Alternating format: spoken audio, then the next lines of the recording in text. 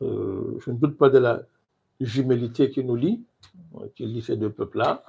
Donc, je suis un Ivoirien, je considère que je suis un Ivoirien. Donc, je suis à leur côté. Toutes les voies qu'ils vont estimer légitimes pour aboutir à la libération de la Côte d'Ivoire, ils ont mon soutien à ce niveau-là. Donc, moi, je crois que la Côte d'Ivoire va connaître une libération spectaculaire. On n'en est pas loin. Pensez-vous donc que la tournure des événements que ce pays est en train de prendre sur le plan politique nous conduit à ce que vous avez cessé de clamer une libération spectaculaire de ce pays? Je ne suis pas Dieu. Je ne suis pas dans le secret de Dieu. Est-ce un catalyseur? Bon, c'est une dynamique. C'est une dynamique. Attention, on ne peut pas oublier dans quelles conditions M. Ouattara arrive au pouvoir. Dans le cadre d'une guerre que la France et la communauté internationale de criminels ont déclarée à la Côte d'Ivoire. Ce pays n'appartient plus aux Ivoiriens. Les Ivoiriens sont étrangers dans leur propre pays. Les richesses du pays sont pillées, confisquées. Et des étrangers, des non-Ivoiriens se le partagent avec une hiérarchie dans la distribution de ce butin qui fait des Occidentaux, parrains de M. Ouattara, ceux qui tirent le bénéfice de la plus grande partie de ces richesses-là. Et le reste est partagé entre les communautés non ivoiriennes, qu'on manipule dans le cadre d'une géopolitique, d'une géoethnie, visant à mettre devant l'Africain pour qu'il serve de gilet pare-balles humain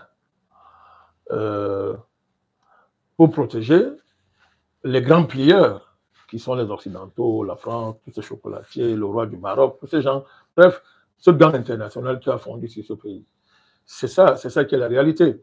Donc, à partir de ce moment-là, ce qui se passe, c'est que chaque fois qu'un pays, qu'un peuple est dans une situation coloniale, ben on sait ce qu'il va faire. Il va se donner tous les moyens pour se libérer. Les Ivoiriens sont dans cette dynamique-là, ils ont notre soutien.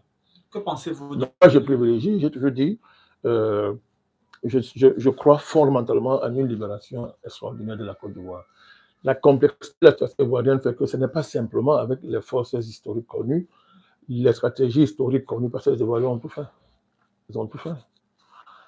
Ils ont tout fait. Ce n'est pas seulement avec ces forces-là qu'on peut s'en sortir.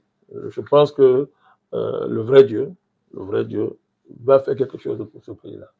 Voilà. Les Ivoiriens ont suffisamment crié, ils continuent à crier. Ils n'ont qu'eux-mêmes et ce vrai Dieu sur qui compter. La communauté internationale autoproclamée étant le bourreau de la Côte d'Ivoire et les Ivoiriens ne peuvent pas compter sur cette communauté-là pour s'en sortir. Donc, ils sont un peu là. Ils doivent compter essentiellement sur eux-mêmes. Nous, on est là pour les accompagner, pour les soutenir et pour toujours rappeler au monde entier que le régime qui est en Côte d'Ivoire, c'est l'abjection suprême en politique.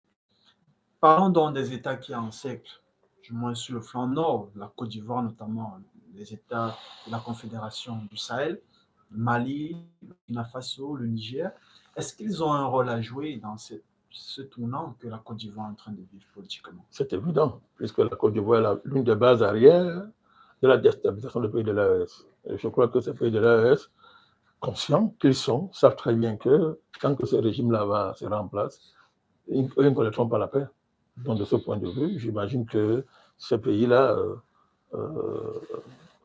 ces pays-là ne ménageraient aucun effort à leur niveau pour assécher les sources de déstabilisation de l'AES qui se trouvent en Côte d'Ivoire.